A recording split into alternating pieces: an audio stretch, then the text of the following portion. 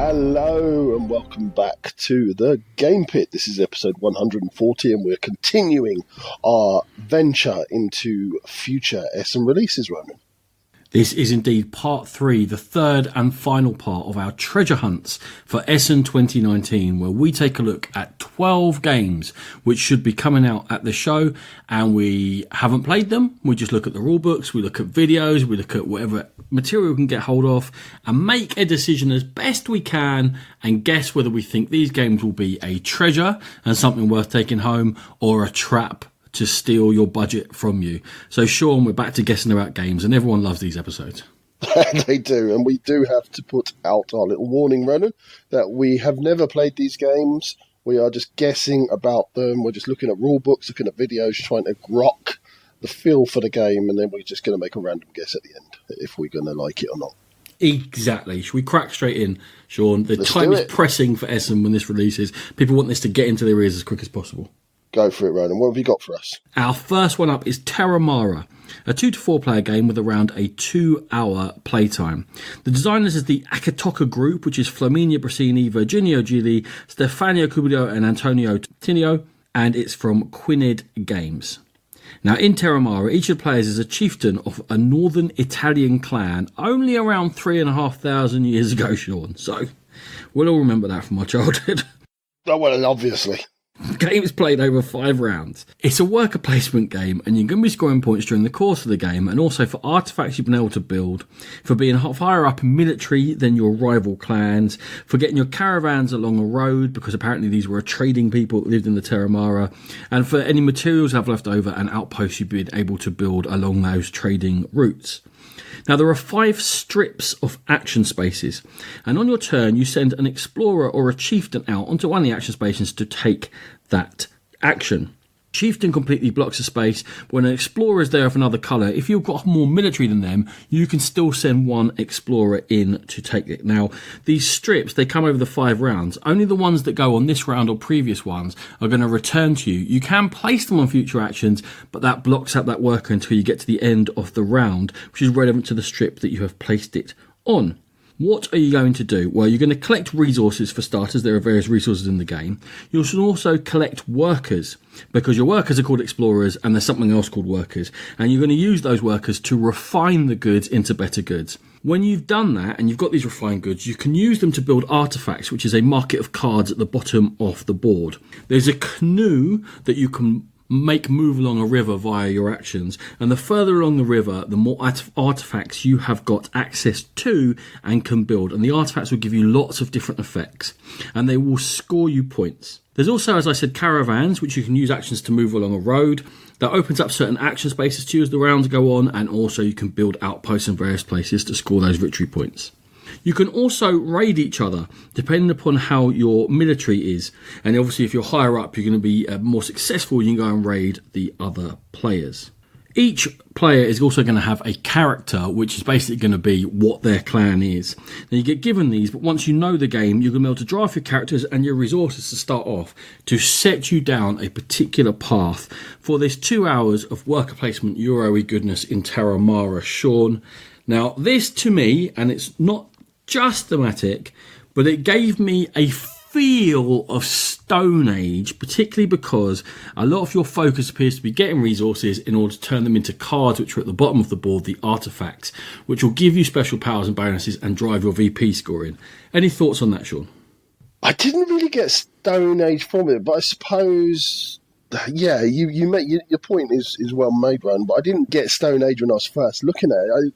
It was the action selection where you're placing almost in advance, and depending on where you place, the timing of when you get those workers back reminded me of a game I played 2 Essens ago, and I can't remember the name of it, but it was about witches in a wood or the dark wood or something like that, and that had a very similar mechanism, and I really enjoyed the mechanism. I didn't particularly enjoy the game itself, but that mechanism in itself, it leaves a whole wide slew of choices, Ronan.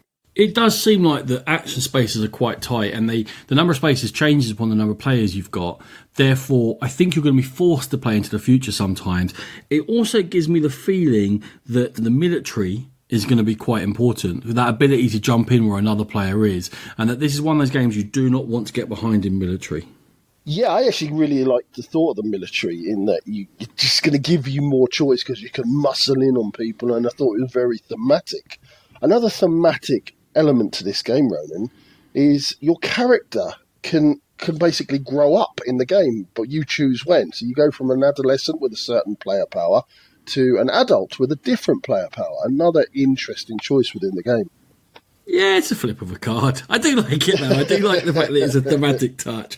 But you're just flipping a card over and getting a different power. I'm going to go back to the military. Mm-hmm. In a 2-hour Euro like this, which has got a little bit of conflict, the fact you can raid each other, that makes me pull back a little bit on the reins. You know me, Ronan, when I'm turtling up in the corner, I don't like to be messed with. So, yeah, that was also... against you, I wouldn't mind it. It's just if it happened to me that I'd get upset. Ronan, the overwhelming thing that I saw when I looked at this game was how much there's going on. There's that military track. There's the caravan. There's the canoe track. There's cards that are going to change the way you do things. You can change your own character in the game. The boards change as they flip over. Different actions become available. Is there too much going on, I suppose, is what I'm asking you. I'm going to tell you why I'm finding it hard to judge, because that rule book, not good. It reads like the A4 bundle that a designer would give a publisher and say, this is my, the ideas I have. You're going to need to polish that, refine the game, and refine the rule book, because it was very poorly structured. It talked about a lot of things before it actually told you how you get to things or how you use them or utilize them. It brought in ideas that are in-game without explaining them to a few pages on. So to me, the rule book made it seem a lot more complicated than I think it is. Yes, there's a lot going on. Yes, you're definitely going to be deciding, especially what artifacts you take, what path you want to go and crafting your own path. Possibly, I think the rule book is not helping the feeling of overwhelming to some people. Okay, Ronan, I'm going to sum up on Terramara. I think it's going to be a treasure for me. And for these reasons, I think, the rulebook is hard to grasp, but I think the theme of the game is going to make it easy to play once you do know it. I like the modular replayability of it. I like that you're going to build up your own tableau, which is going to define your strategy going forward. So I'm really excited about Terramara, and I think it's going to be a good game. I'm also going treasure. Your positives I agree with, the modular nature, the building up your own thing. Apart from theme, I really think it's a tired theme. I don't think they've done it very creatively. Take resources, turn them into cards. There's not too much exciting going on there. But really, to me, the fact that you can craft your own path, you feel like you're making your own thing and finding your own way, is what definitely makes Terramara a treasure for me, Sean. And I expect that Quined are going to be getting a knock on the booth when we get there. Yeah, I would imagine so. Okay, so my first game of the episode is Sorcerer City, designed by Scott Caputo from Druid City Games, playing 1 to 6 players. So we are all wizards or something, Ronan, as you like to say. Now, we can start, before you explain it, they literally couldn't think of anything else, no? The theme that works for any set of mechanisms you want to throw together, we're all wizards and we're doing something. That's what you went for. Lads, it's supposed to be a joke. Well, okay, so Ronan's playing these cards early on this one. So, okay, we are wizards, and we are tasked with building and rebuilding Sorcerer City. Apparently that's a yearly task. And we're also working to fend off or mitigate against marauding monsters. Each player is going to have a set of tiles. You keep plugging away at making this theme work. Go on. I'm enjoying this. This is a Sisyphean task. So each player is going to have a set of starting tiles per player. And in the middle, you're going to have vendor tiles, reward cards, and, as I said, those monsters. The game is going to be played over 5 rounds, and each round is going to have prepare, build, score, influence and buy, prestige, and clean up. So the prepare is simply shuffle your tiles. The build is where the main crux of the game is, and that's where you're going to get 2 minutes. The sand timer is going to be flipped, and you're going to have those 2 minutes to place the tiles and build the city. You're matching things with each other, and you're trying to complete goals, where one tile will show how the tile should be arranged and connected, and the goals are going to allow you to collect things like money, influence, magic, and prestige, with the amount linked to how many tiles of the requisite type you chain together. There are also monster tiles chucked into the mix, and they're going to change what you do or hamper you in some way. Then you're going to move on to scoring what you've got, and you're going to, as I said, get those rewards for chaining those tiles together. Moving on to the influence and buy. So your influence score dictates who goes in what order with the most first, and they're going to get some sort of reward, and they're going to get first dibs at the rewards. Then you get to spend money to buy tiles from the market to increase or enhance your city in future turns. You then get prestige tokens based on how many prestige you earned in the round before, and then you clean up with all your tiles returned and monsters for that round added. The most prestige wins Sorcerer City. Ronan, it's a little bit abstract, but I think that you're going to enjoy this thing. Are you sure it's a 2019 release? That's what it says on it. It's on W. Eric Martin's list, so I'm blaming him again. It looks like a 1989 release. Tell me I'm wrong. It looks like somebody's just added different colours to Carcassonne tiles. And with a crayon? With a crayon. In the dark? If you actually get close to the tiles, there are actually sort of the prints of cities, and actually there is a design on them. But from afar, they look terrible. It really does look like a home design game that's been put into like a GCSE class or something. So it looks dated. There is an aspect I might like, but I'm going to stay negative since I started down that path. Is there a worry that the rich get richer? The fact that if you make 20 money, you get an extra buy, so you get to get better tiles into your deck. The fact that if you've scored lots of points, you then get a prestige award, which makes you more powerful for the next turn. Is it going to snowball if you start well that you're going to carry on going? Obviously hard to tell from afar, but those little rules like that, and I know there's a little bit of a catch-up mechanism, but it didn't seem enough to me. Yeah, and I think couple that with, for me, 2 minutes actually seems quite a lot of time. It doesn't seem like, I think it's 12 tiles you start with, maybe you're going to end the game with 20 tiles. 2 minutes to place 20 tiles, and if you're doing better than the other players, so you're not under that much pressure, I don't think you're going to be under pressure to make mistakes, is what I'm saying. So, yeah, I think you could be right. I'm laughing at you there, because I thought it was loads to think about in 2 minutes. We took the different view of this. I was looking at it going, that is going to be... Because especially when you get monsters in and the tiles start interacting with each other in funny ways, and you look to avoid certain patterns, I was thinking 2 minutes was standing tight and that you were going to hate it, and I was going to quite like that aspect. But I think we've flipped. We have. Well, you're more the expert on this type of game, so I tend to avoid them like the plague. So yeah, it's not my expertise. So maybe 2 minutes isn't enough. We're both guessing. Who knows? This is definitely one where you're gonna have to try it out and go, oh, that was ages or it wasn't. Who knows? Anything else for you to consider, Sean? I'm getting close to summing up, basically. Okay. I was just going to muse on, do monsters upset the apple cart enough, or is it too much? I think the balance of them is going to be really important. I was going to mention that you do have 3 magic transformation cards that you can spend, so if you're not done well in an area that you really needed to do well, you can transform one of your other point scorers into that one. So there's little ways to sort of fiddle around with your score and try and get yourself back the in monsters. Game. My concern was, are they balanced? Like, is there a chance of getting, because they are quite varied in what they do, and some of them just jump and cover one tile, some of them start affecting loads of tiles around them. If you drew out 3 dragons or something, you'd be quite annoyed. It's like the opposite of Dark Domains. You'd be quite annoyed drawing out all. Again, hard to tell, but I wasn't sure. We're looking at them that they were all. Like, I feel like if I got a fairy, I'd be quite happy. Okay, Ronan, go on. What are your thoughts on Sorcerer City? Yeah, this is the sort of thing. You're right. The real time, the being stressed, the having to get things done quickly is usually something that I like in a game. In this case, there's just nothing there to draw me in. The theme is so bad. I mean, you may as well make it an abstract. It looks so bad. The scoring and everything is so bland. Even the monsters, I wasn't getting excited looking at them. Their artwork, they're all gold. They've all got the same artwork. They just, nothing hooked me. I feel like there was a big lump of bait there waiting to hook me, but they forgot to put a hook on the end of the line, and I was just nom, and then just drifted away. Happy to try it. This is one that is not far on one side of the fence, but it does come down as a trap for me. Yeah, it was always going to be a tough sell for me. Being a real-time game, it's not really something I enjoy, as I said.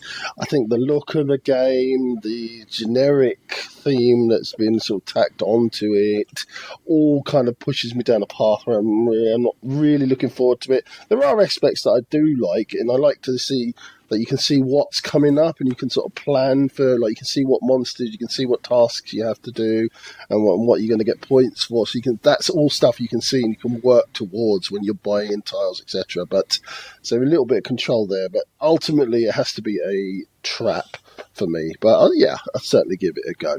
This is a funny little episode from you, Sean. I think you might have been having an episode when you planned your... like, you chose a real-time tile layer. I did, and then I chose a minis game, which is coming up.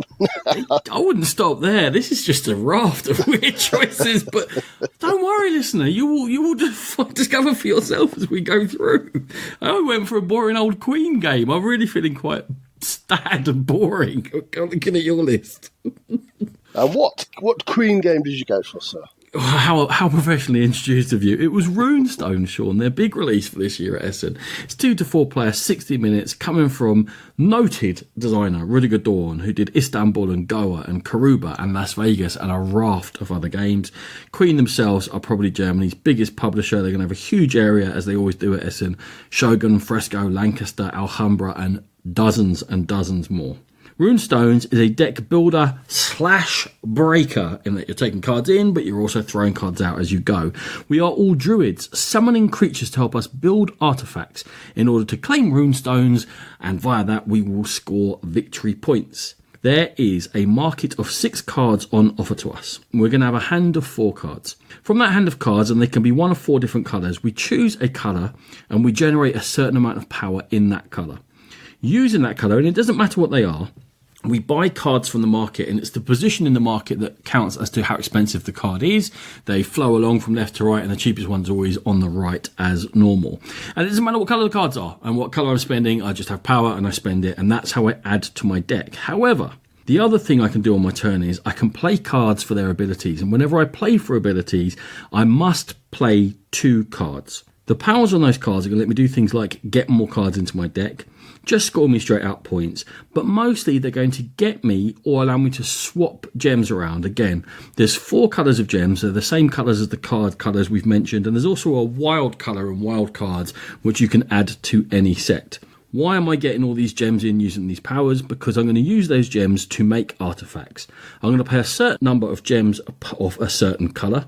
When I take the artifact, I'm going to take a bonus. I'm going to put the artifact I've made into one of 2 rows on my board, and whenever I choose to, I can choose to hand in 2 or more artifacts from the same row up to a maximum of 5, and that's going to get me pyramidal scoring, depending on how many I hand in, up to a maximum of 15 VP for 5 artifacts at once.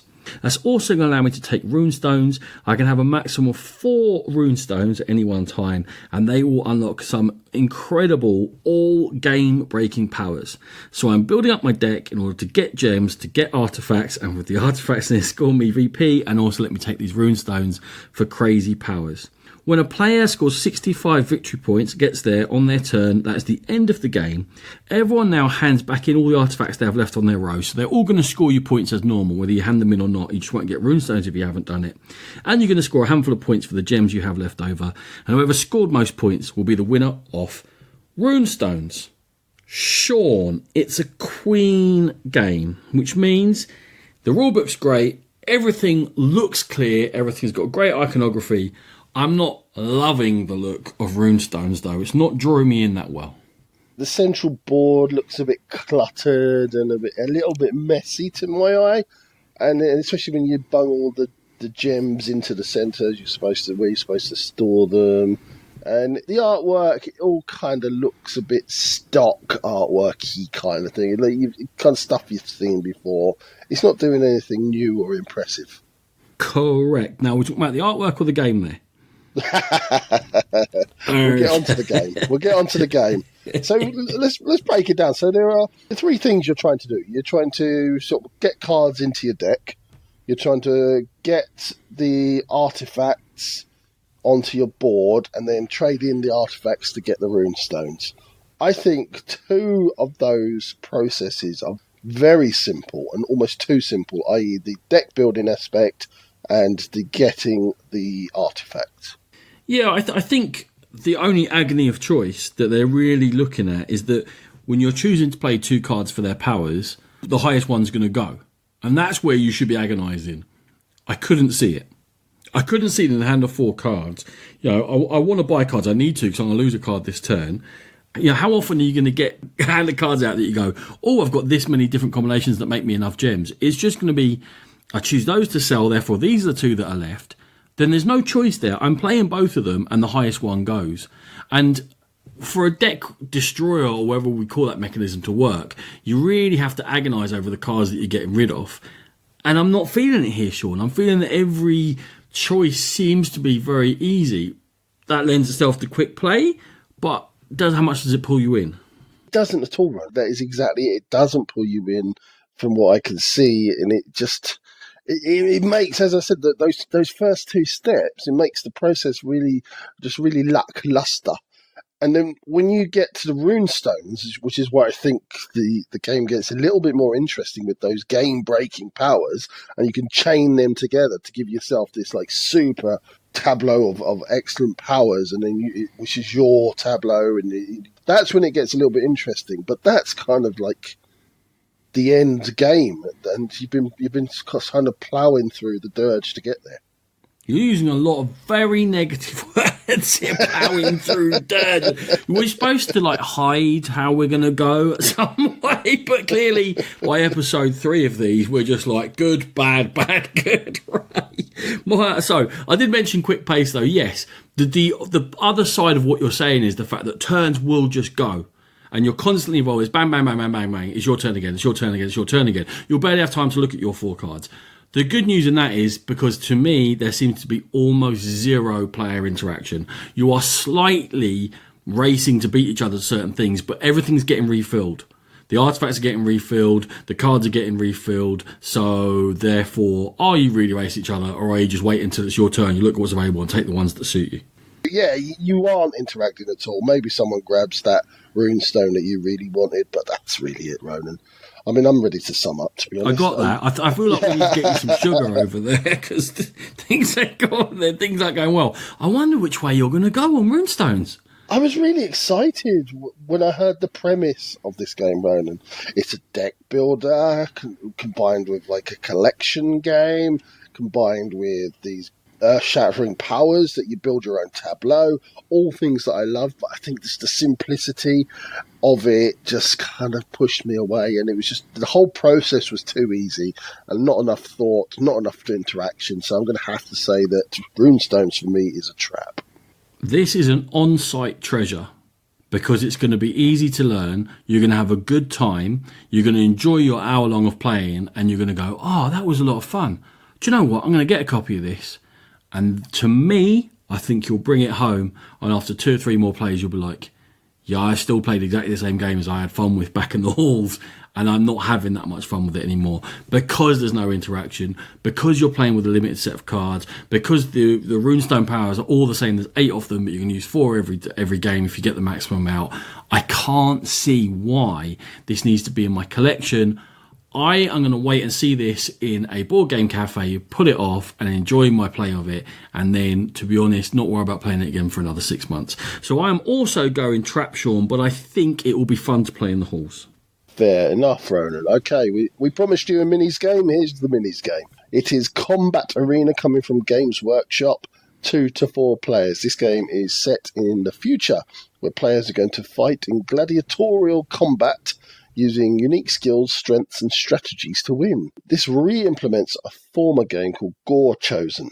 So what you have an arena board broken up into hexes, and you're going to choose your gladiator. There are 2 phases to every round. There are Prepare, where each player is going to get 5 cards, and then you are going to start fighting. When you start fighting, one player is going to turn over what's called the initiative deck. When the card is flipped, if your character's emblem is there, then you get to take an action. And your actions are move, where you're going to move a particular amount of spaces dictated by the card you play, and it will also tell you what direction you can finish. You can attack, you're going to check your attack zone on your player boards, and eventually roll the amount of dice as dictated by your player card. Or you can move up on an energy field, and we'll talk about that now. Energy is going to dictate how many cards go into the initiative deck with your emblem on there. So the more cards that you have in that deck, obviously the more actions you're going to get in a round. The characters all have different abilities on their sheet. Some attacks work in different ways for each character. And as you take wound counters, you're going to draw wound cards, which are all different as well, and give you different penalties. And effectively, the last person standing is going to win a combat arena. Ronan, you have effectively played this game, I believe, because you have played Gore Chosen. I have. I feel like it's changed a small amount, so I'm not sure I should go first. Maybe you should give some of your ideas, and then maybe I'll give some thoughts. All right. Well, okay. So one of the things I thought, it's quite a small board, so it's going to encourage like a full-on bloodbath. There's not a lot of escape space. There are some spaces that block and that you can't go onto, but generally I think it's just going to be an absolute slapfest. Does that sound about right for Gore Chosen? I believe Gore Chosen only had melee attacks, and my understanding is Combat Arena, the main change they've done is they've got some slight ranged ones, and Gore Chosen really did end up being, right, we're in a corner here slapping at each other. The person who had like a big axe on a chain might stand back a little bit, but this one seems like there'll be slightly more movement, but you're right, the board is very small and limited. So I flip back and forth about the way that the activations happen. I like the thought of the initiative deck where it's, as I always say, bit of theatre, Ronan, bit of theatre, where the cards... Oh, these turn over cards in this is theatre, but poor Australia. Oh, no, fine. So you turn over the card, it's my emblem, I get to go. But I think it gives as many problems as it solves. You're still at the mercy of the draw, and there's no way to plan ahead. So everything you do is completely reactionary. So you might have 0 goes until the last 4 cards if you've got 4 cards in the deck, and then all your goes happen at once. I'm not sure if I like that or don't like it, man. To be honest, when you're adding it to that many dice rolls, it's definitely not the most random part of the game. But you're right, it does create that theatre, because when you suddenly realise, that person has got 3 cards of the final 4 remaining, although it might feel like a disadvantage to have your cards come out, everyone realises, okay, I really don't want to annoy that person because they can attack me 3 times in a row now. So it does add slightly to your thoughts about who to attack around the table. Okay, so a couple of issues that stood out for me. One's a very obvious one in that there is a card in there and it's called Headshot. Is there not even a boom in that? Boom, Headshot. You can draw that randomly. And what happens, depending on how many wound tokens you've got on your character sheet, that dictates to another player who's rolling for you, when the headshot comes out, how many dice they roll. If they roll a 6 at all, you're gone. You're out of the game. And that feeds in to my other... Now, you can do stuff on your turn. Even once you're gone, you can come back and you can do a revenge attack, but you can't win the game. Effectively, you're gone. You cannot win that game. So your interest in the end result is slightly dampened. What that feeds into is that you seem to be able to sustain a lot of damage, and most of the cards don't seem to be able to deal that much damage. So I am worried that this game is going to outstay its welcome. I think when you've got 4 players in there, they're not all going to be attacking equally, so it's not all going to finish equal. It's pretty quick. Oh, is it? Oh, okay.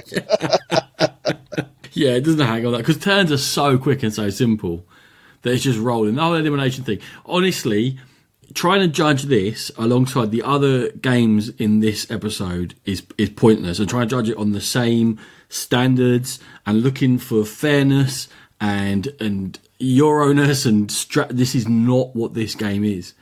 This game is, do you fancy grabbing some minis, throwing them down and playing very, very quickly, and almost whoever wins is random, but we'll get to abuse each other. It's like a beer keg. It is not a refined wine. Okay, so with sort of one foot in the camp of knowledge, Ronan... For the first time in my life, yeah. Combat Arena, treasure or trap? So I played Gore Chosen. I played it after I'd played Underworlds, Shadespire and Nightvault, and Dread Flames had just come out. Mm-hmm. And I thought, this is what the system they took and evolved to make Underworlds, and it has evolved, and it's a much better game for that evolution. I can't understand why they re-implemented it. And then I started thinking, well, why have they re-implemented it? Well, it fits into this set of games of the exclusives that they did over in America that we can't actually get in the UK, of Blitz Bowl, where they took Blood Bowl and really simplified it, and Labyrinth of the Necrons, where they took Space Hulk and really simplified it. And this feels like their, whatever it is, Kill Team, or whatever, and really simplified that back to Combat Arena. The other two worked, and they were just, when I read the rules, I was like, I'm not sure, too simple. They actually worked as games. Having played Gore Chosen, it's not as good as those other two. And it really is for families and for pre-teens and even younger than pre-teens. It's for like 6, 7, 8-year-olds who are interested in this sort of a game. And this is what I'd buy them and be like, well, here you go. Because no matter how elite I think I am, the fact is I could get unlucky in the initiative deck, in the rolls, and you might win. And I haven't been having to pull my punches.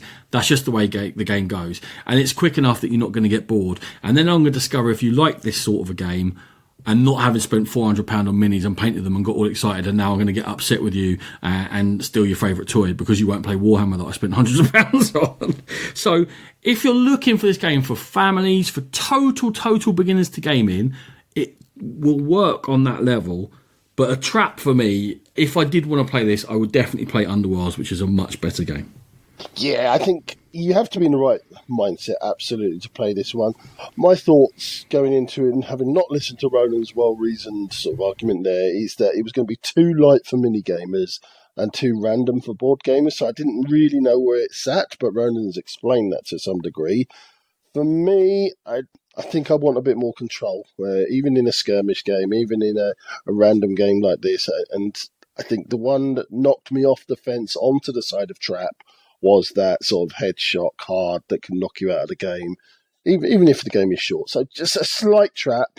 I still think I'd have a bit of fun playing it, but I wouldn't buy it. So that is Combat Arena. Lovely. Let's move on to an obscure European Euro. This is more our sort of happy play, Sean. And it's Aquatica. It's a 1 to 4 player. This is the start of a run of 45-minute games, which we didn't realise, but when I started doing the research, I was like, they're all 45 minutes long. This one is as well. It's from Ivan Tuzovsky, and I think it's his first game, and it's from Cosmodrome Games, who've also done First Contact and Khatum City. Sorry, Ronan, can I just jump in? It's 45 minutes how long it takes for your dinner to get ready. I'm really confused now. Why? Because obviously you're picking all these 45-minute games, so obviously you're filling some time scale there. That's the general Just Eat delivery time scale. Do you know why I was thinking that? Because I just went out for a walk with the girls and Rachel started cooking dinner. And I said, how long? She went, it'll be 45 minutes, love. And I was like, how do you know? How do you know how long it took for Rachel to cook the dinner? I'm well confused now. Right. Hence me pausing. I'm going to get back to whatever game this is. It's a Aquatica, Sean. It takes 45 minutes. Okay. Each player is the leader of an underwater civilization. They're going to look to recruit characters into them. They're going to explore the depths of the sea, and they're going to train some manta rays to work for them in order to score the most points. You're going to start with a hand of cards. You're going to play character cards for the actions which are on them. You're also going to use mantas, which you start with 4 and you can train more to help boost those actions. And also you may well have explored depths, which you can then exploit and push up in order to raise up the action that you've chosen from the character card in your hand. So what can you do with these character cards? Well, you can recruit more characters. There is another game with a sliding market in which you take from the board and it slides down and they become cheaper. If you wish to buy them, you have to generate coins by playing that card, by using any mantas which generate coins, and by exploiting any depths which generate coins, which we're definitely going to get to. How do we get these depths? You can either buy them or conquer them. Again, there is a market of them in 2 levels. When you buy, and you do that by making coins from your card, mantas and depths and spending them, or by making power from your cards, mantas and depths and spending that. You take a depth and it gets set at a particular depth, this area, and it's put into one of 5 slots on your board, and where it sits, it's got a little power, and that may be blank, or it might give you things you can do.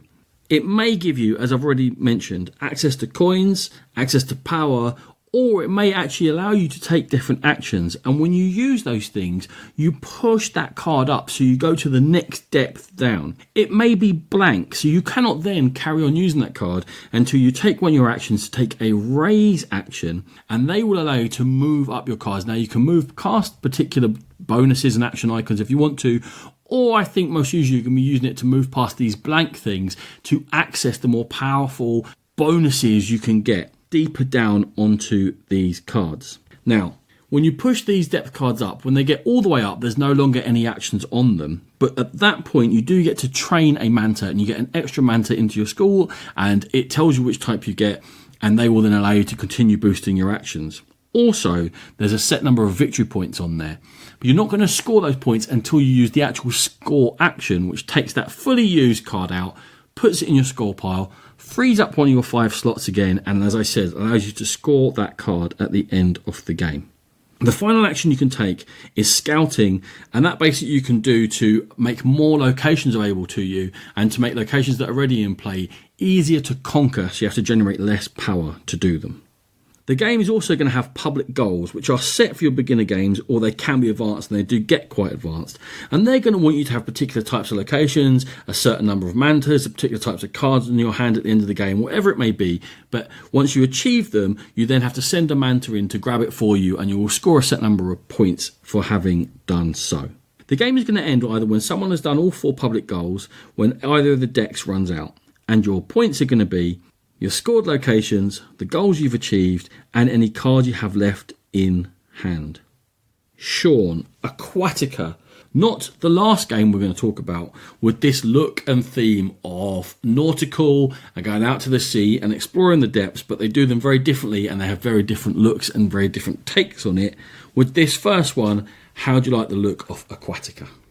Right, and I'm drawn to that theme for some reason. I really liked the look of Oceanos. There is going to be another one coming in this episode, as you alluded to, that has that sort of look and feel to it. And this one absolutely looks stunning. The artwork is beautiful. The components, little manta rays that you use, really, really gorgeous looking game. And it drew my eye immediately. I was already looking at this one just because of that, Ronan. 100% with you, Sean. It looks amazing. It is Abyss-esque. And I think when you explain the play, it can sound a little Abyssy, collecting characters, collecting locations, but it does seem to play very differently. Yeah, absolutely. So let's start on the variety. So the variety in the game seems to stem from obviously the cards that you can bring into your tableau, but the objectives, there seems to be a lot of different objectives. You start with the ones printed on the board for the basic game, and then there's lots more that come in. Even players, there's a good variety of your player characters that give you that sort of unique power. It's a good start, good artwork, and a little bit of variety thrown in there.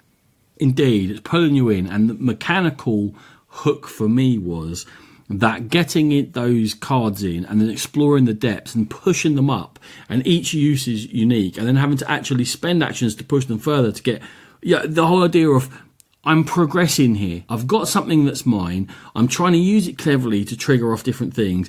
And once I actually get it all the way through and I've used it up, it's not just used up. I then get to score it. And I'm considering all those things. I'm looking at what locations to bring into my tableau.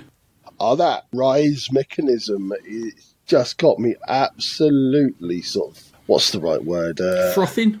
Frothing, yes. Frothing at the mouth for it. I just love the thought of that, because not every time when you rise that particular card on your player board, you're going to do something. Some of them have got blank spaces. Some of them give you an action. Some of them trigger off on other cards around them. Some of them trigger in other areas of the game. Really interesting, absolute cornucopia of actions that stem from that one mechanism. It has me intrigued, Ronan. A fruit de mer of bonuses. There you go. Yeah, and to me, what that says is that this is open to sort of players who don't play that many games, because each of the mechanisms is quite simple, but also may have the depth for players who are deeper in, because it offers that combo possibility and the idea to chain things together and then choose the right manta and choose the right thing, not necessarily for what is obvious it gives me, but also moving on the secondary things it gives me and how that can move on and work on my character power. I feel like there's layers of gameplay here, albeit it's only a 45-minute game. Let's not go too far. Yeah, and then again, that's not going to outstay its welcome. One of the things that I don't like that this game actually has in it is that race element. I'm not always a fan of that. Right? I like to build up at my own pace, and I like to be able to choose what I want to do a little bit more freedom. This kind of says, right, here's the 4 things you're aiming at. Go on, crack on, do it as quick as you can. I'm not always a big fan of that. Well, you're wrong about that. I know you like it. I like that in the game. I know you do. It's especially in a quick game. It's clear this is what we're trying to do. Let's not mess around. Let's not have this game last too long. There's a game slightly later that I'm going to diss for not having this, so I have to give props to this one for having it. Fair enough. Okay, so to sum up, Ronan, on Aquatica for me, it was a treasure as soon as I saw that float mechanism in there. But I think it's a little treasure of a game. I think there's things chaining off each other. There's variety in there. The art and components are great, and I'll put up with the race element. So for me, it's a treasure all the way. All of those, plus I like the race element. So it's an even bigger heap of sunken treasure for me, Sean, which I intend thoroughly to net and pull home with me.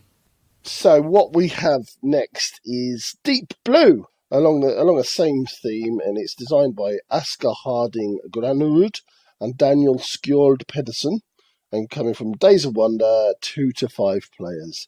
And a very, very light theme on here, that we have found a map of some underwater wrecks, and we are essentially diving to recover treasure from those wrecks. This is a push your luck game.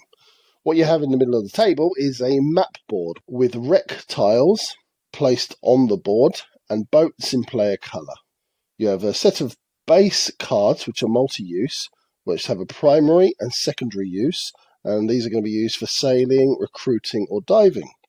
On a turn, you're going to do one of the following actions. You can recruit crew. You can pay money, that's depicted on one of your cards, to bring in crew to your tableau, and crew are going to offer bonuses or protection during your diving, or they can help you sail further.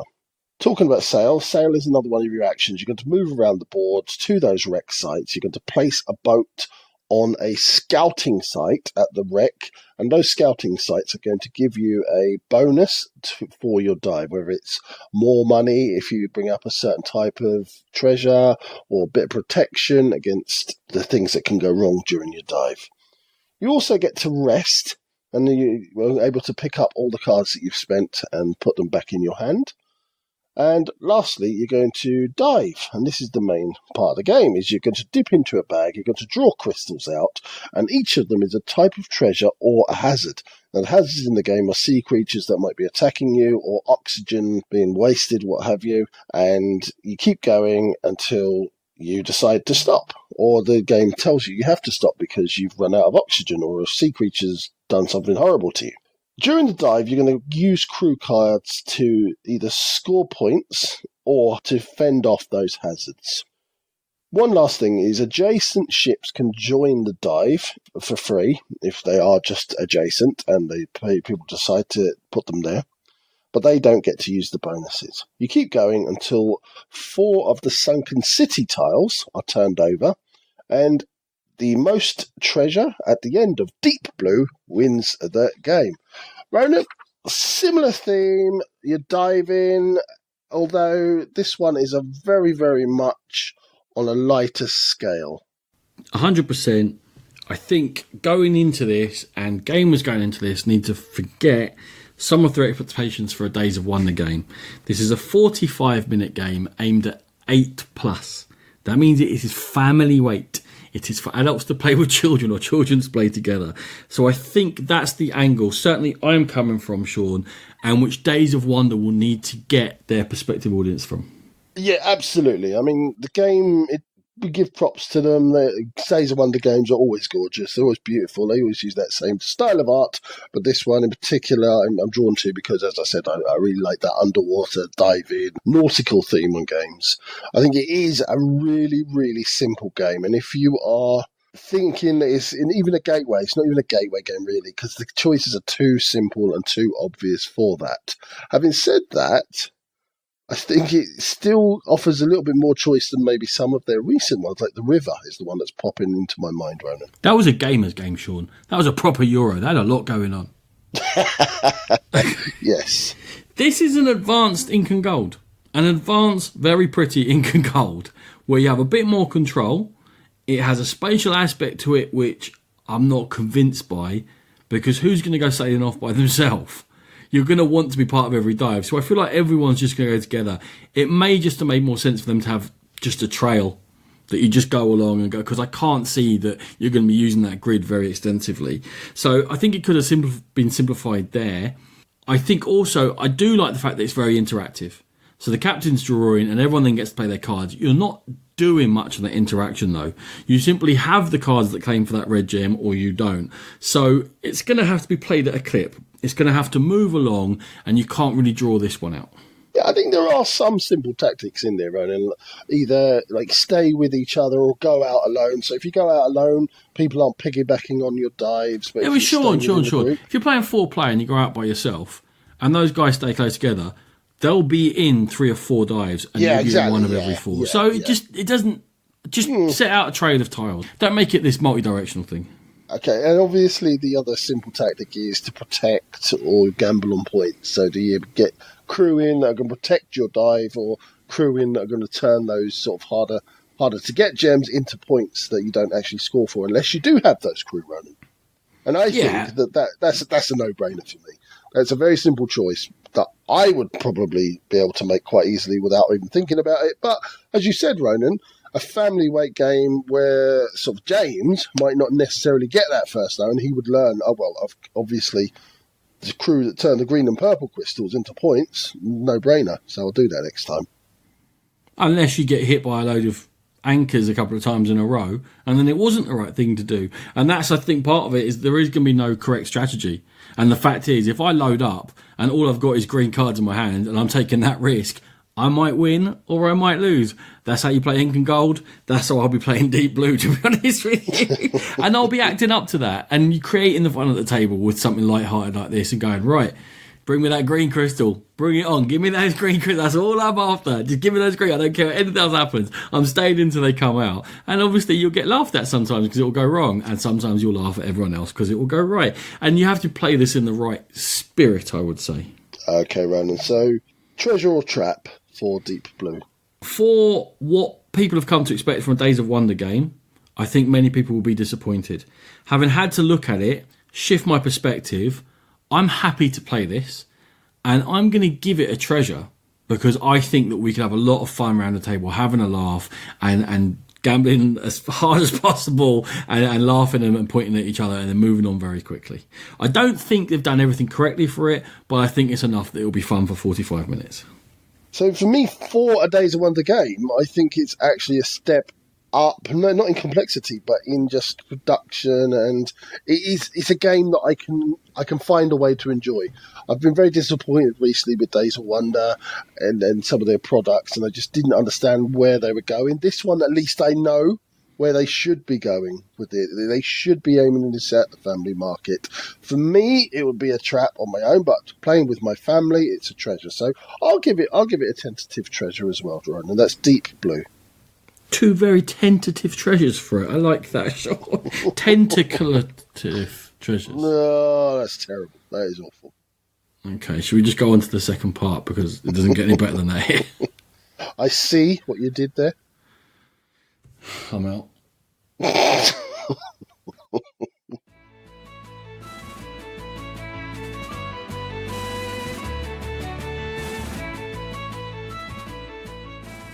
We're into the last 6 games of this year's treasure hunts, and the next one to come up for you is Paris New Eden.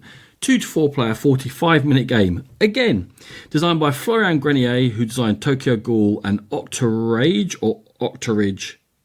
I don't know. Octarage? I'm going Octarage. Good. And Ludovic Malblanc, who did Cyclades, Conan, Mr. Jack, Cash and Guns. Think about that for a second, how different those 4 games are. Cyclades, Conan, Mr. Jack and Cash and Guns. So who knows what his next game's going to be. And it's published by Matago, Kemet, Innis, Cyclades, Captain Sona, and so forth. There's been a plant-based apocalypse that seems to have happened very quickly, and lots of the world has been overrun by vegetation. We are surviving in this new green world, and we are in Paris, and we're going to be looking to build a refuge, survive events, and field our people over 4 rounds, which equal the 4 seasons of 1 year. We're going to roll dice at the beginning of the game, and those dice can be placed certain numbers according to the player count onto 5 different locations on the main board. And on a turn, we're going to go to one location and we're going to draft 1 dice and take the action off that location. Now, the die face that we take is going to be a certain type of 5 different survivors or a wild, and they're going to help us in the next phase when we try and deal with events. But the actions we take during this phase, when we actually just take the die, it doesn't matter what the die is, here's what they are. In the tower, we can cancel events. Now, there are going to be 1 more event than the number of cancellations there can be for each round. So you get to choose which event is going to be face up, and you'll see how events work in a minute. Basically, you can plan towards dealing with them, and you'll score points for doing it. So you're cancelling certain VP choices. When you go to the bridge, you're going to be able to claim mission cards. Now, these mission cards are either going to be buildings, which are going to have survivors in them, which you're going to be able to add to your tableau, which will help you deal with further events, or they're going to be VP endgame chances to score for having done certain things. There's a restaurant you can go to. When you go to the restaurant, you get to take a can, and cans can help you feed your people, which again will score you points at the end of each round. Or you can go to the city centre where you can collect equipment, which again will help you deal with these events. The last place is the train station. When you go to a train station, you get a permanent survivor token, which you're going to be able to use moving onwards to go into your buildings and help you deal with stuff. Now, for the buildings, there are 5 different types, and they are related to the 5 different types of survivors. You now get to draft buildings. They're going to be laid out, and you check and see who has got the strongest presence in each of the 5 different types of survivors there are. And whoever's got the strongest presence is going to get first choice of the buildings of that type. So you can get tinker buildings. Whoever's got most tinkers, both in tokens they've collected from the train station and die faces, is going to get first choice of those, and they're going to give you specific powers, either immediate or ongoing for the rest of the game. There are farmer buildings you can take, and they're going to help you feed your people. And there are 3 others, and they're all going to help you deal with events. They're linked to brawlers and what have you. Then we check the event. If you can deal with the event using your survivors and equipment that you've collected or you've got in your buildings, you're going to score a certain number of victory points. You then check a chart, see how many survivors you have in your refuge. If you can feed all of them using your farmers and also any cans you've collected, you're also going to score VP, but there's no punishment for not doing those 2 things. It's just point scoring chances. At the end of the game, you're going to see how many points you scored by doing those things. You're going to add up any points from those mission cards you've collected, plus some Tinkerer buildings will give you a chance for VP. And at the end of the 4 rounds, whoever's done that most successfully will be the winner of Paris New Eden. Sean. So the die face matters from when you draft these dice, and also where you're taking them from matters. It's a little bit, now this is a stretch, but a little bit Trismegistus light. Wow. If all the games you thought you were going there, that didn't even feature in the running. Well, I can't think of many other games where you draft a die and what's on it matters and where it came from matters. Obviously, with Trismegistus, there's more on that. But in this one, I thought it was quite a nice little touch in a quick game. Yeah, very, very quick game. And a game where... I'm going to come right out and say, Ronan, a game where I think you've got very, very simple action choices.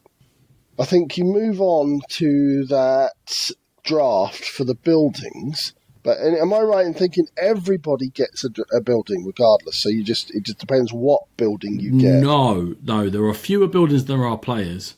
So if you're last or you have no strength in it, then you don't get a building in there. Right, gotcha. So Rado played it wrong. Shock. Maybe it's different in 2 players. Yeah, maybe.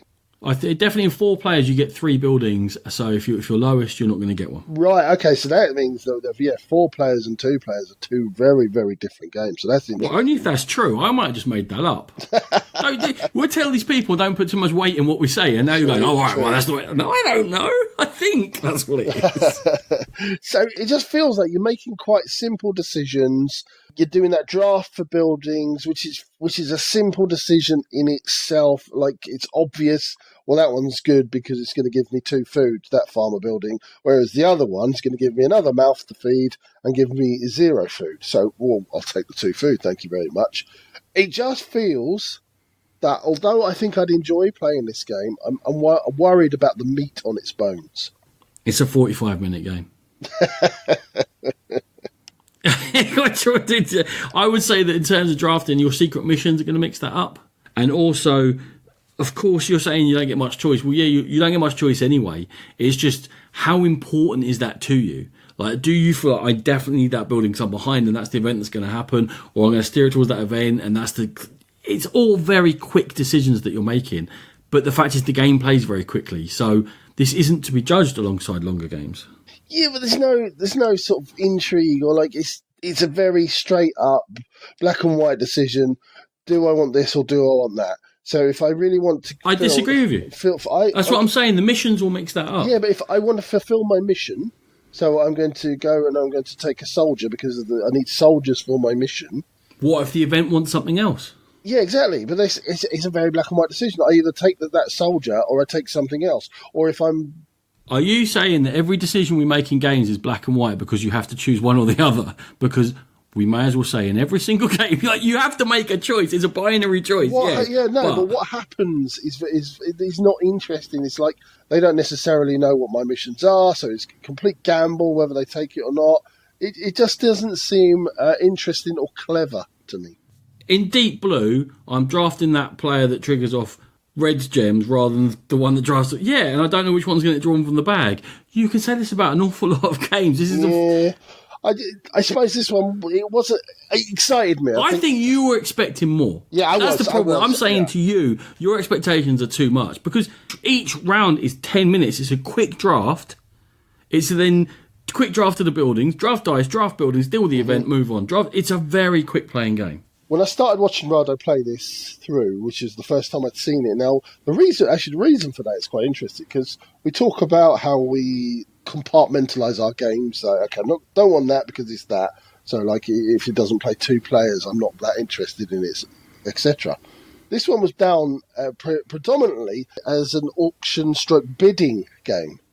There's very little auction and bidding in this game. Like, you might put those sort of wild players in to make your bid for the Tinkerers a bit stronger, but that's it. It's more of a drafting game as far as I can see. So that pushed it away for me. When I saw Rado playing it, brought it back into my scope, my field, and I thought, oh, that looks really interesting. And then it progressed to where I am now. Which you're making obvious again. You are terrible at acting this episode. I'll say the amount of interaction... A draft is always interactive. So you're always concerned with what other people are doing. Again, to actually agree with this, like, the consequence of what faces are getting taken feels like it can be mitigated by buildings and by going to the train station. So I'm not sure you're going to get an agony in the dice draft, but you're still going to be looking towards it. But if someone takes that last tinker that you need, it will be, there is interaction there. The event cancelling, I think, will be quite interesting. Because if someone's set up to deal with things with loads of brawlers all the time, well, I'll cancel the brawler events all the time. Or do they get in ahead of me, therefore do you have to draft first player and what have you? A tickle of interaction, Sean. Yeah, I definitely think it's an interactive game. It's also, well, we haven't mentioned, I think it's also a stunning game. I love the look of the board. No. Oh, don't you like it? Oh, I think it's beautiful. The production is good and they've gone for a look. It's just not to my personal taste. I'm not saying it's poorly produced or anything. I would never choose to have a game with that artwork. I really like it. I really like it. It drew me in. Do you really like the game, though? And is it a treasure? I don't think so. Okay, so it will, I think, become quite repetitive, going through the same locations over and over again.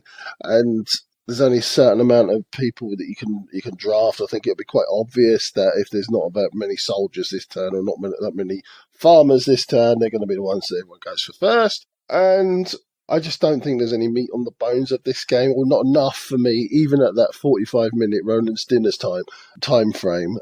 I'm going to have to say trap. Yeah, I love this genre. I love the idea of a dice draft. Trismegistus was a treasure for me because of that, where you made it a trap. This is a treasure for me as well, because I just think it's interactive and I like the idea and I hope there is enough. I understand your concerns, but again, in 45 minutes, I think I'm much more forgiving at 10 minutes around than I am for other types of games. And I think I'm in a good mood and I'm really excited about Essen, so I'm going to go treasure again for Paris, New Eden, for giving me enough space to have fun and have a small amount of where I go and what strategy I employ. One thing I will say, I actually think I will enjoy playing the game. I think it will just leave me disappointed by the end of it. I think I'll just be left a bit, I wish that had been better. This will be a good one to revisit because, yeah, I think it will probably be coming home with us. So I'm looking forward to seeing how this goes because although I'm treasure, I can see why it could go wrong. And it feels like maybe though you're trapped, you feel like, oh, maybe it could prove itself to you. Yeah, I'm actually looking forward to playing it. I think it'll be an interesting play wherever way it goes. Ronan, I've got an apology to make. You certainly do. I certainly do. From this treasure hunt. My next game, it's not going to be at the fair by the looks of it, but we'll talk about it quickly anyway, not that there's much to talk about. The game is Escape... But Sean, there's a rulebook and rules videos online. Yeah, so I thought. Escape from the Asylum, designed by Martin Nedergaard Andersen, Alexander Peshkov, and Ekaterina Plushkinikova. Coming from Lifestyle Board Games, playing 1 to 6. This is an escape room experience where players are going to find themselves wrongly placed in an asylum, and they're going to have to make their escape. This is a cooperative escape room game in 2 parts, with each part a collection of 5 stories, and players are going to assume the role of a character within this unfolding story. There are envelopes to open, and they promise that the characters are going to have to make life-changing decisions. And that's all we know. It looked as though it was coming to the fair, and it looked on the Board Game Geek's page that there was a rule book, but it turned out to be an MP3 with some of the most horrific voice acting I've ever heard. It was ouch! It was a guy in the asylum who'd been put there by his brother, and he wasn't like, I can't believe he's done it. He's the worst person. I hate him. It was, that bomb's put me in here. Ugh, I guess I'll have to escape.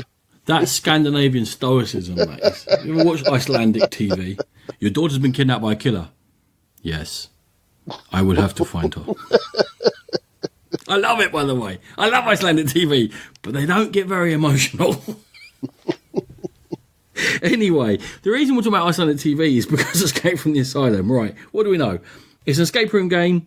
Always with escape room games, I leave it and I wait for reviews because they can be hit and miss with me. And even doing that, I think is stupid because they're so particular to you, whether you get frustrated by the clues or you really enjoy the clues. Obviously, some people love almost all of them, and I'm one, the city in the middle here, where some I really like and others I don't. The ones I tend to like tend to give me more than just being an escape room. What you can say for Escape from the Asylum, they are putting together 10 games to get the whole story. So you'll need to buy 10 individual products. They will put you in the roles of perhaps the main protagonist trying to get out, but also in other characters that this protagonist will meet along the way and get their point of view and their perspective, and things you've half seen won't be explained during one thing. They'll come up later on in the whole story. A hugely ambitious project, Sean. Yeah, and it was that really sort of drew me to it. The fact that you play as a character and it's not you escaping from the asylum. So the bit of role play going in there. What would that character do? So a slight different twist on the escape room genre. Definitely, and that's all I've got to say. It's clearly a trap for now because we haven't seen a rule book or a video or anything, but with the idea, at least you've brought it to my attention, and if I hear more about it further down the road, it will be something to definitely have a look into again. When it does come out, it's on the radar now. I think the setting and the art looks very good and atmospheric, and I like the thought of, as I said, playing as that character. One to look out for, but it has to be a trap because we just don't know anything about it. So maybe we'll pop along and see how far along the path they are at Essen. And that was Escape from the Asylum. When we see it, we'll take another spin around on a carousel, will we? Nice segue. Yeah, thanks. Next game is Carousel. 2 to 4 players. 45 minutes, Sean. What? Ding! There goes the microwave. Just did not intend this, but here we go. Designed by Antonio Souza Lara. Now, he designed Viral and Esteril 1942, both successful games, but not a name that was familiar to me automatically, and published by Mibo Games, who are also bringing out Porto. They did Viral, Esteril, and they're a big importer of games into Portugal. So, a bunch of siblings are having a competition in order to gain the most customers to win an old carousel. In order to win these customers, they're going to run the carousel once, and whoever's the most successful getting them in gets to keep it. There's a different theme for you. The board is split into 2 areas, and basically one part of it is a rotating wheel, which is split into sectors with numbered spaces in, and the number of sectors is player number dependent. There will be 4 for 4 players, and 2 players, and 3 for 3 players, basically. Each player gets 14 animal tiles with their colour on and 12 sector cards. Now, these sector cards correspond to the numbered spaces within the sectors, and you're also going to draw out randomly 3 customers each. And these customers all want to sit on a particular type of those animals, those 14 animal tiles you have. On your turn, there's going to be 4 phases now in each round, but on your turn, you're going to play an animal and slot card. The slot is going to tell you what number space you're going to put the animal that you've played onto in the sector that's currently in front of you.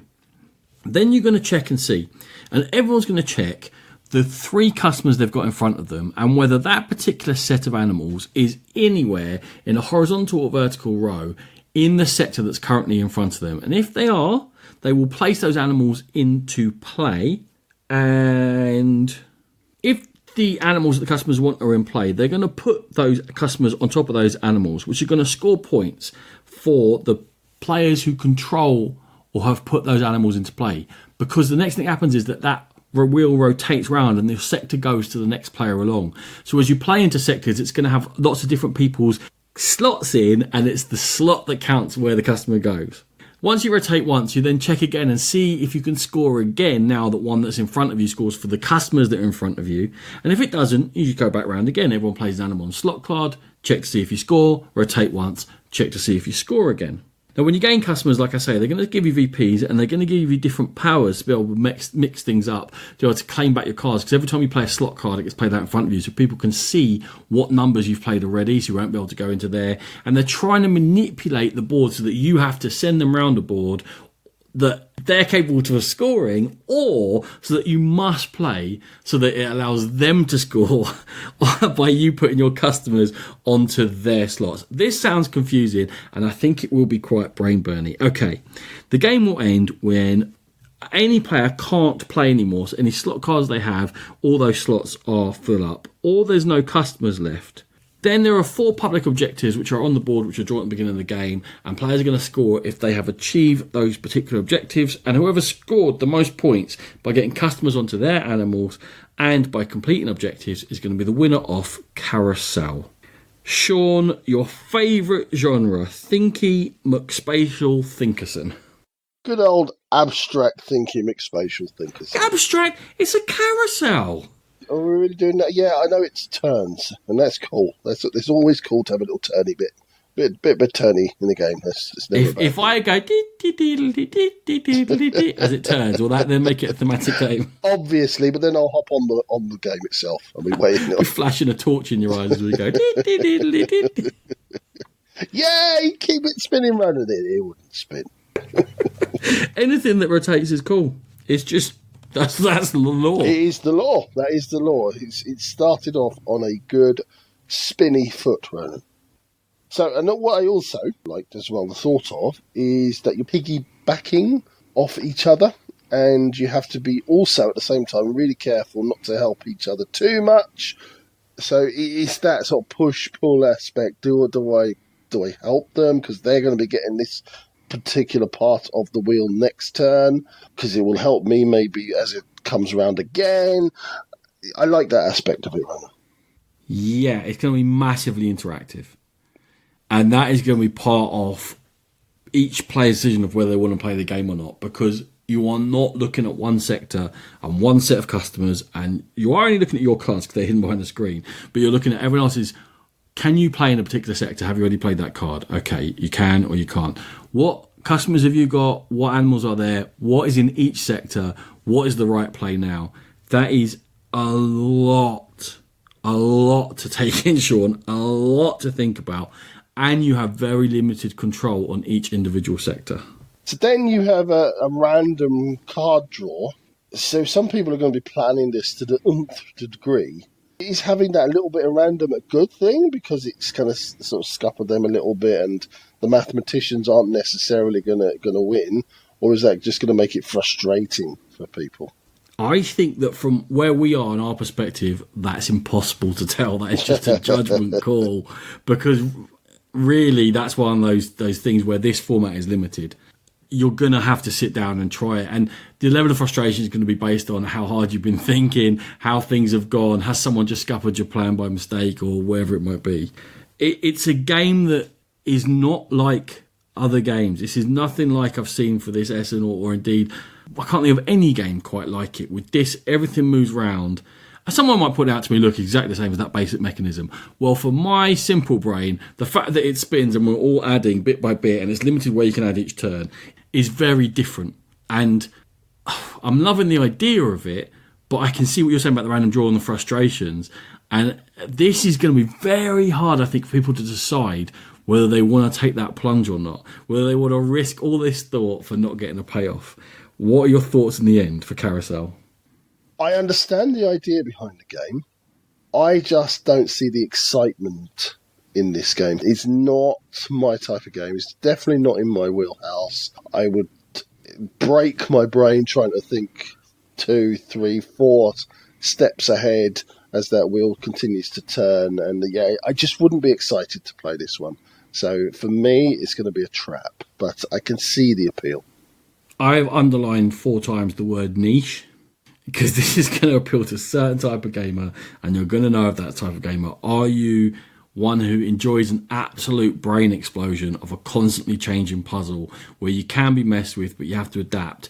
That level of randomness is my major sort of drawback, that I can't fully go into it. But I'm going treasure, and this is definitely what I'm going to buy, because I'm so intrigued by it that I almost have to see how good it is. And even if I feel like it is too frustrating and not a great game, the sense of relief at having played it would have been worth the fact that I've purchased it. So Carousel for me is a treasure, Sean. Very good. Okay, so I'm going to move on to a small little game. You're not? I'm not. I've done it to myself again. I promised I would do nice, simple to explain games, so apologies. My game is Pangea, and it's designed by Alexander Jagodzinski, coming from Reddit Games, playing 1 to 4 players. Now, this game is set in the Great Permian Extinction. And this happened between 299 and 252 million years ago. And essentially, it was the greatest mass extinction in Earth's history. 95% of marine and 70% of terrestrial species were wiped out due to changes in the temperature, meteor impact, and volcano eruptions. And players in this game are going to be species preparing for that catastrophe and essentially fighting for survival. Players are going to choose one of 4 species. You have the invertebrates, the reptiles, the amphibians, and the synapsids, each of which has a special ability. The map in the centre of the board is a map of Earth, and it has a supercontinent, but it's divided into regions. Each region has a 0, a 1, and a 2. A 0 can hold all creatures. A 1 and a 2 can only hold 1 creature each because they're more desirable land space. It also has a food value to sustain the X amount of animals. There are a set of objectives set early on in the game. The actions in the game are going to be based on action points, and as the game progresses, you're going to start with 6 action points, and you're going to progress to 7 and then 8. The actions you can actually do You can adapt, where you can play an evolution card, which is a permanent bonus, or an adaptation card, which is going to allow you to play those evolution cards, get action points back, or do a bonus action. You can populate, which you're going to place your species on the board. You can migrate. You're going to move your species on the board, and if you move into one of those 1 or 2 areas, you're going to trigger a fight. And essentially, it's going to go on the way that the animals are. So if a synapsid bowls into an invertebrate, the invertebrate's going to die. As simple as that. You have a survive action, and that is going to move an instinct marker, and we're going to look at that in a minute. And you're going to pay all the action points for each of those actions, and for each type of creature, the action points are slightly different. So going on to the instinct tracks, this is all about looking at the sector cards that are placed around the board, and they are going to essentially allow you to work out where the catastrophe is going to hit. And so there's a little bit of deduction going on here. So you've got to where it is, and eventually you're going to understand what is going to hit so you can prepare for it. All the while, the doom is moving along, and it is going towards the catastrophe. And whatever the catastrophe is, it's going to kill a certain number of creatures in a certain way. At the end of each round, you check to see if the creatures can be fed. If not, hunger was going to be placed in there, and all the creatures are going to die in each section. There are 3 epochs, and every epoch you're going to trigger an event that happens, and the end game is all about the player who has scored the most points for creatures they have left. You must have at least one creature, or you cannot win this game. Of Pangea. Ronan, dominant species, anyone? Nah. No, you're not having it. No, not having that. That's a load of old rubbish. Just because it's got that theme or a very vaguely similar theme, no, I'm not having it. Okay, Sean, you made me read this rule book. I got 11 pages of content. I watched the video. It was much better, trust me. 11 pages of content. You love a good content. I think it was page 21 before it told me what actions I can take in the game. This speaks to something. I'll tell you what it speaks to, Sean. For me, it's a pattern in Red Imp games that they create all of the surroundings, all of the flavour and the theme, and they don't bring the heart. And at the heart, they restrict what you can actually do when you play. This game is quite a simple game. It doesn't need to be this long. It shouldn't have this much guff thrown on it. Every single age doesn't have to be called by its actual historical name because it makes it harder to learn. And getting 20 pages into a rulebook before you tell me what I can do in the game or how to do it is not the way to go about it. Other companies do it a slightly different way. So obviously it's a labour of love for the designer, and they're obviously interested in that period of time and what happened.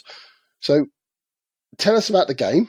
Then at the end, let's have like your 10 pages or what have you of this is what actually happened, and this is all the stuff that you're going to be seeing if you want to read it. But you already know the game.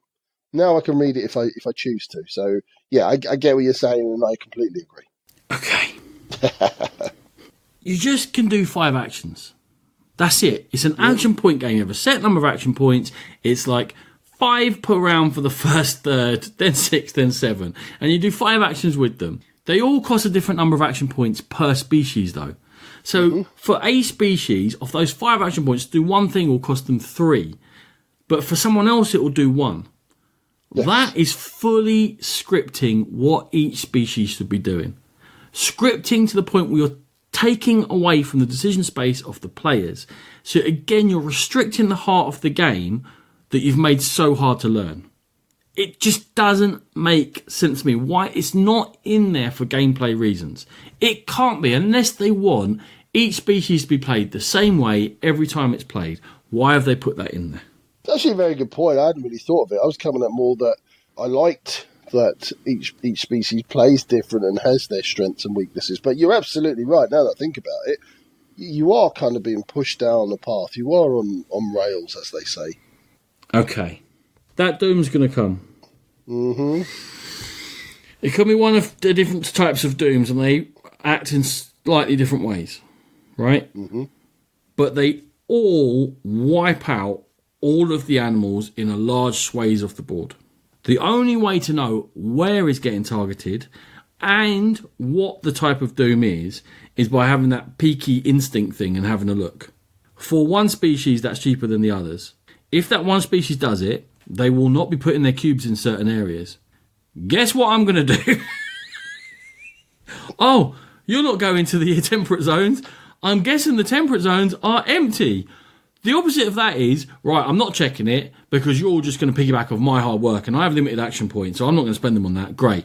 Let's play random game of who dies at the very last thing. Because the thing comes in and hits an area, destroys a whole cross, it takes out like 5 areas, then negatively impacts 4 more areas around it on this board, in this grid board. Then it has a specific effect. So if it's like a global winter, everything in the frozen zones dies. If it's not that, if it's a volcano, everything in the temperate zones dies. You're like, what? This is how the game resolves? All the rest of it doesn't really matter? Pretty much. It's just the last thing we do is flip over 3 tiles, and that's how it... What is this? But why would you not let one person move up on that instinct track, find out what happens, and watch them? Of course you would! If they're sprinting for the north, then let's all go up to the north. There's something wrong with this bit, mate. No, you build there. I just don't fancy it this turn, but you go right ahead. But you had all of your species in that area, and now you've moved them all. You've wasted all your points moving them. I don't understand. No, that's fine. That's fine. I thought you liked it, so I thought I'd do the neighbourly thing. I'll move out, you go in there, not a problem. There's a welcome mat there for you, mate, in Volcanoville. I mean, definitely going to survive, Phil. But looking at that instinct thing, it's not like you flip over it and you go, okay, that's what's coming. You flip over the things it isn't. So you have to go through all 3 of the bad things to work out those are the 3 things aren't it. This, the 4th one's going to happen. And then you have to go through the targets. These are the areas it's not going to land in. Quick game of Cluedo, or Clue for an American audience. Yeah, quick game of Cluedo in the middle of this deeply thematic game about the Permian extinction. What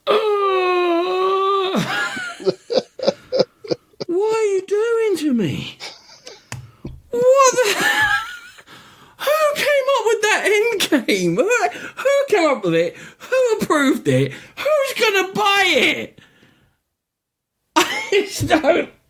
I think we know your thoughts on it. So it's a game that I really wanted to like, because I could see the labour of love that went into making this one, Ronan.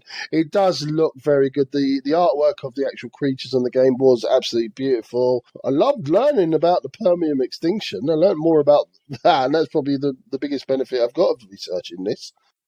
It was on Kickstarter. I looked at it on Kickstarter. I said absolutely 100% no, I am not backing that. And I'm sticking with it, Ronan. So you don't even have to say it's a trap. I know it's a trap for you. It's a trap for me. I'll go and have a look at it, but I won't buy it. That's Pangea. You upset me. This is not a good run of games in this half for you, by the way. That's Escape from Silent and Pangea so far. Shall we move on to the penultimate treasure hunted game of this year, Sean? Let's do it, Ronan. What is it? It's Pharaon. Pharaon. What? Pharaon. Yeah. Okay. 1 to 5 players, 75-minute game, designed by Henri Pym and Salas, who have done Monster Slaughter and Samsara between them, from Catch Up Games, who gave us Paper Tales, Fertility, and Sapiens. Each of the players is an Egyptian royal child looking to secure themselves for the afterlife. We're going to play 5 rounds of action selection, and we're going to do that by setting up the board with 5 modular action areas. You mix and match them around to where you want them to be in this big circle. And then you have a resource wheel that goes in the middle of there, and it's going to rotate each round. On the resource wheel are also 5 areas. They'll be linked to a different action area each turn, and they tell you what resource you're going to have to pay in order to trigger the actions in the area it is next to. Now, when you pay to trigger an action, if you've paid the resource that is also linked to the action, then that resource counts as part of your payment to the action. So you're looking to time to trigger them at the right time to use your resources most efficiently. What actions are we taking? We can go and get offerings, which will give us more resources to trigger actions. It will give us actual actions, or it will give us straight up points. We can go and get nobles that require us to put in 5 different resources, and when we get them, they give us a power, and they also give us prestige points for the end of the game. There's the Nile area you can go to. When you go to the Nile area, again, you can claim resources. You can claim jars, which have various bonuses on them, like resources, different things. Or you can move up on certain tracks for the afterlife, which will score you end game points. The next action area is for artisans. When you go to artisans, again, you can get prestige points or jars or resources. And finally, there's the burial chamber area, in which you can move up the burial chamber track. When a player chooses to pass, they then go on to the first level of a pyramid. When it comes round to their turn, if all the other players haven't passed, they then move along their row of the pyramid, and they get to take certain things. And as the game goes on, even though you've passed, you will still get small benefits, and each person who passes goes on to the next level above the pyramid until everyone has passed, and that is the end of the turn. After these 5 rounds, we're going to score points for what are called gods objectives. Now, they get set out, and the gods have got to hand over each of 2 adjacent areas. Remember, I said they were modular. You have to have done the objectives for both areas to score the points for that particular god. So that will change each game. You'll score points for all those nobles you've collected. You'll score points for artisans you can collect from various areas, for where you've gone on the burial chamber and the Nile tracks, and the resources you've got left over will score you a handful of points. And Sean, that is Pharaoh. Lovely, well pronounced. Thanks. It's my second spinning wheel game in a row. There you go. Very daunting looking was my first impression. But what I came to realise, it's actually very simple. Everything that you do is very simple. You play a resource tile to activate an area, then you go and do a very simple action in that area that's going to score you points. Quite simple once you boil it down. Yes. So they're hinging it on that wheel that I mentioned, and the fact that it moves around, and therefore it will link into different actions at different rounds of the game. It's an interesting idea. How did you feel about it, in effect, as best you could glean? It's going to depend on the strength of the actions and how different they are to each other, so that you can go down paths to try and get to victory.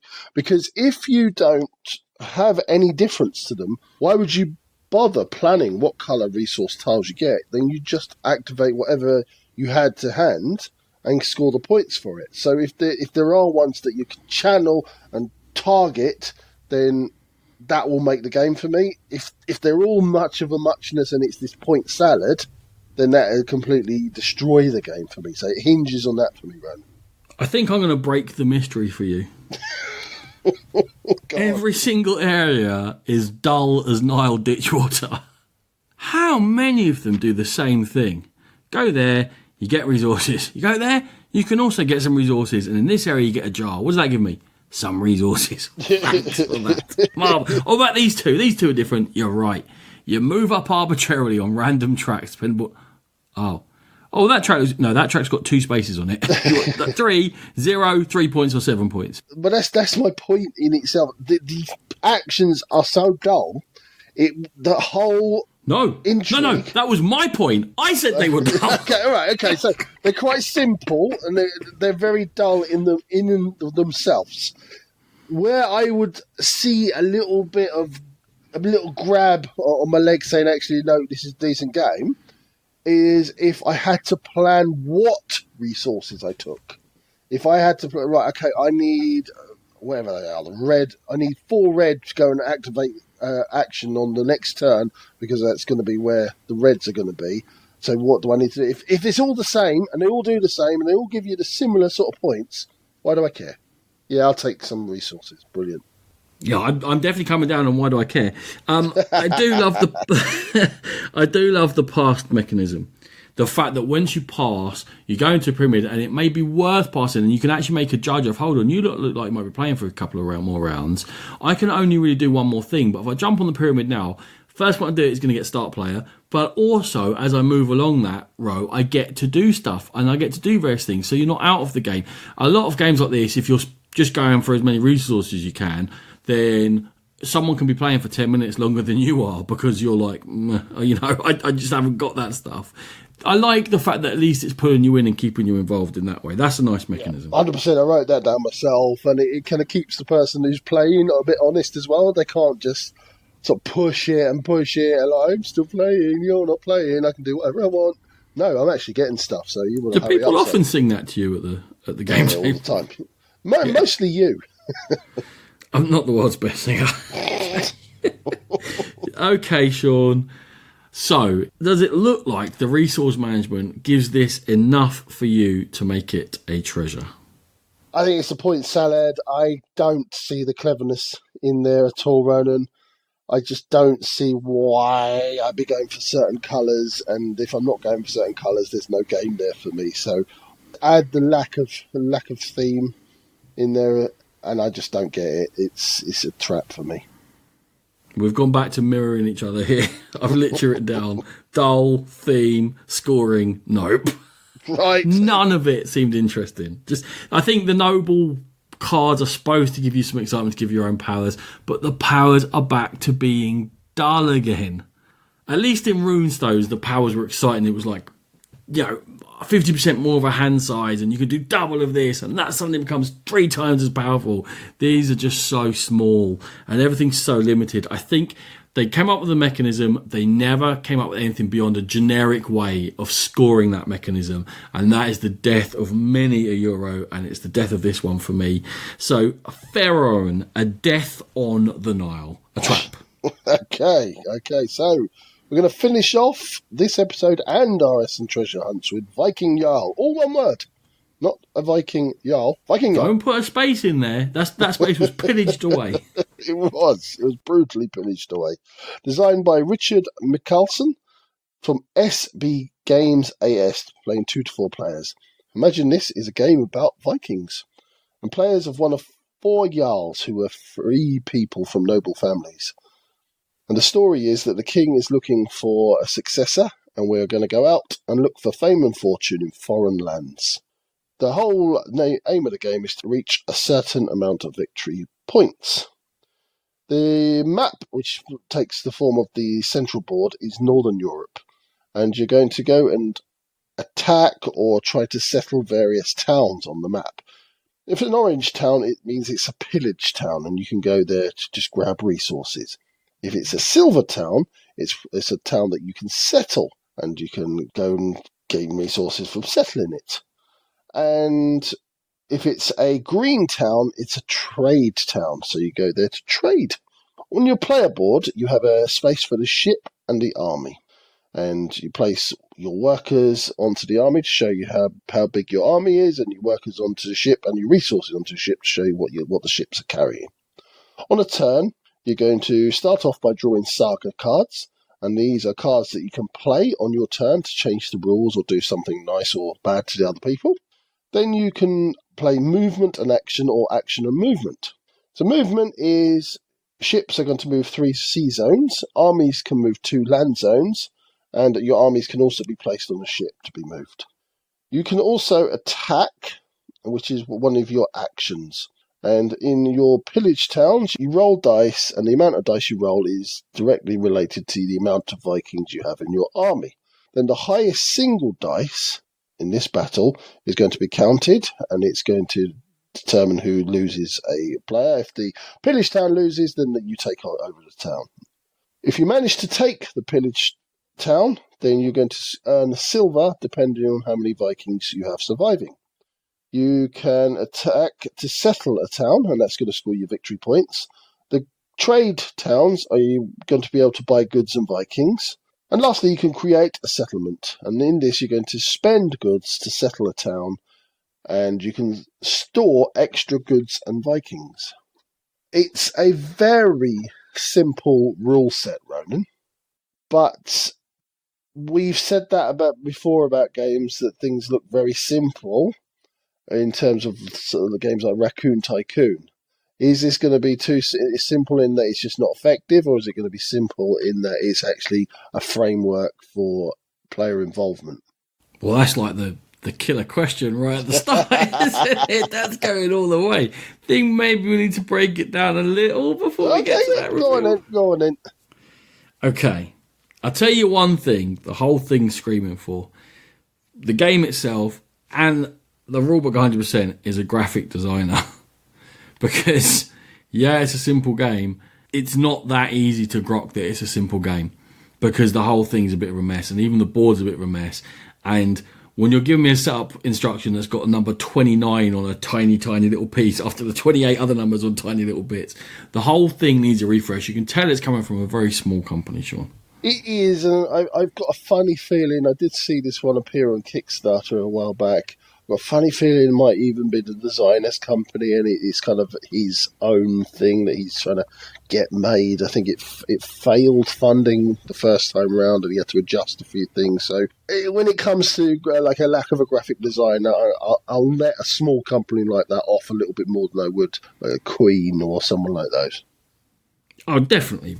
Queen's graphic design's always good. We went over that. Okay. Here's my second red flag on it. Yep.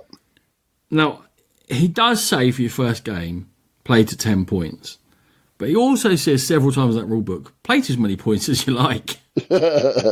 Well, what's the best way to play? And this is something that comes up again and again when we're looking at games is, no, you tell me what the best way to play is.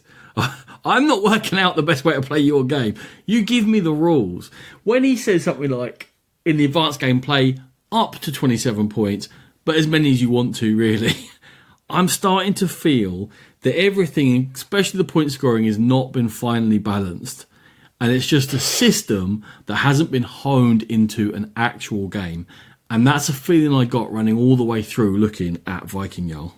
I kind of felt that was a product of the Kickstarter campaign, and I felt that it was a product of people sort of nagging him as Kickstarter campaigns seem to happen, and I think he's trying to please everyone. I think he needs to firm up his business model and say, no, this is what you play to. Here's an easy, a medium, and a hard game. Here you go. This is what you play to. This is the points value. It needs to be done, but I don't know that it's a red flag in the way that you said, Ronan. Well, playing to 10 points when building one settlement can score you 6. So, you need 3 resources to build that settlement. But if I get to a place, 2 places, and build 2 settlements, I've won the game. Yeah. Yeah. I think the 10 points will just give you a feel for the game, and then obviously 27 points is probably where the game sits. I know where the game sits. You had a go at me about giving away too early my thoughts. You've done it for the last 5 or 6 games in a row. You've got to try and get shade and light somewhere and come up with something that's good, something that's bad. Like, I liked the wheel idea. I like the passing mechanism in Pharaoh, but I just think it was married to something bad. There's good and bad. I'm struggling, Sean. I think this is the one we're probably going to disagree on, because I think, and I kind of alluded to it at the beginning, right? I think this could be a framework for a really interesting game.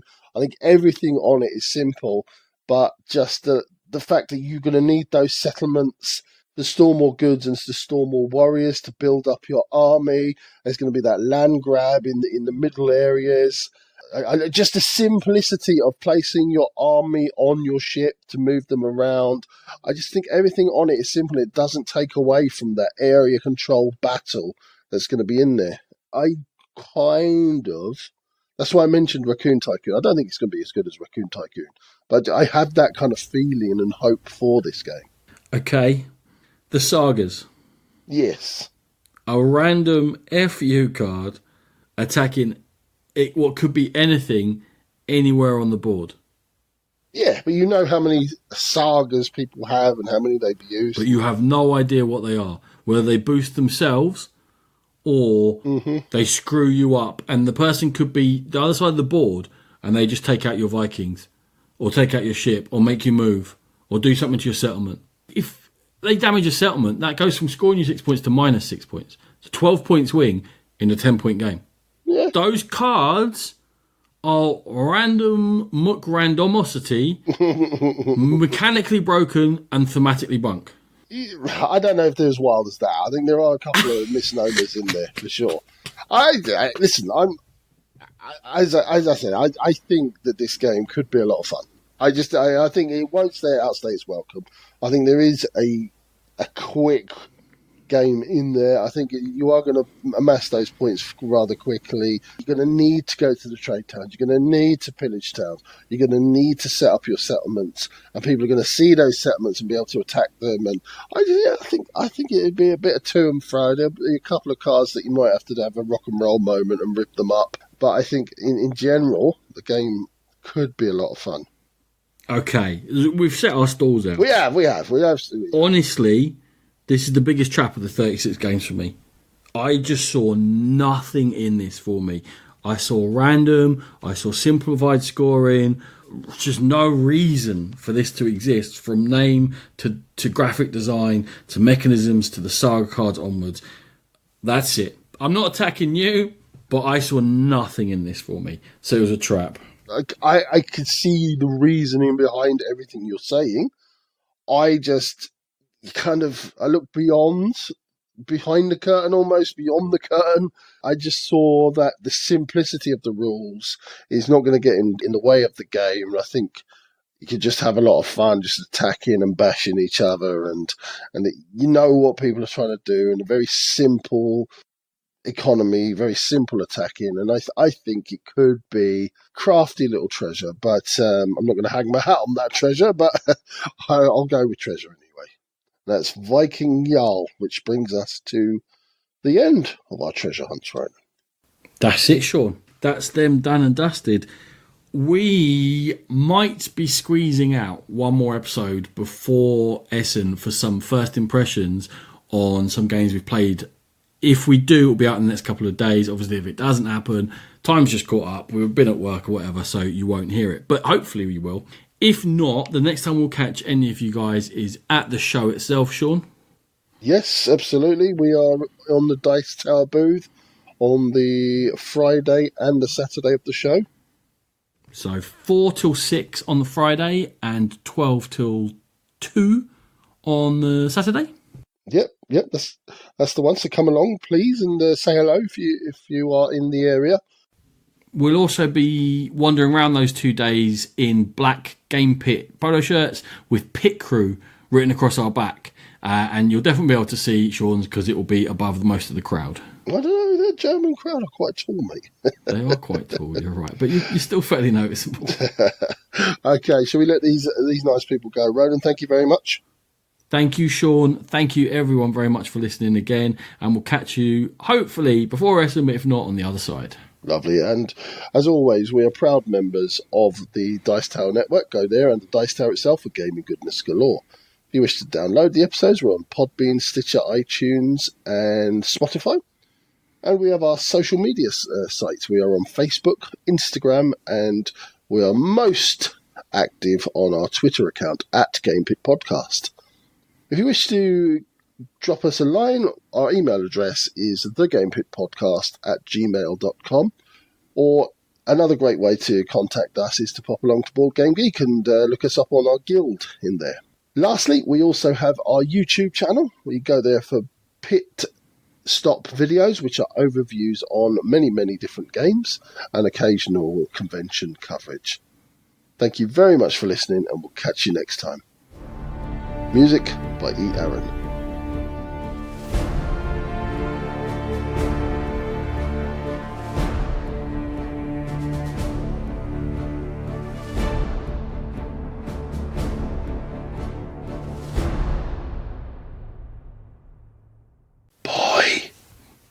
Boy.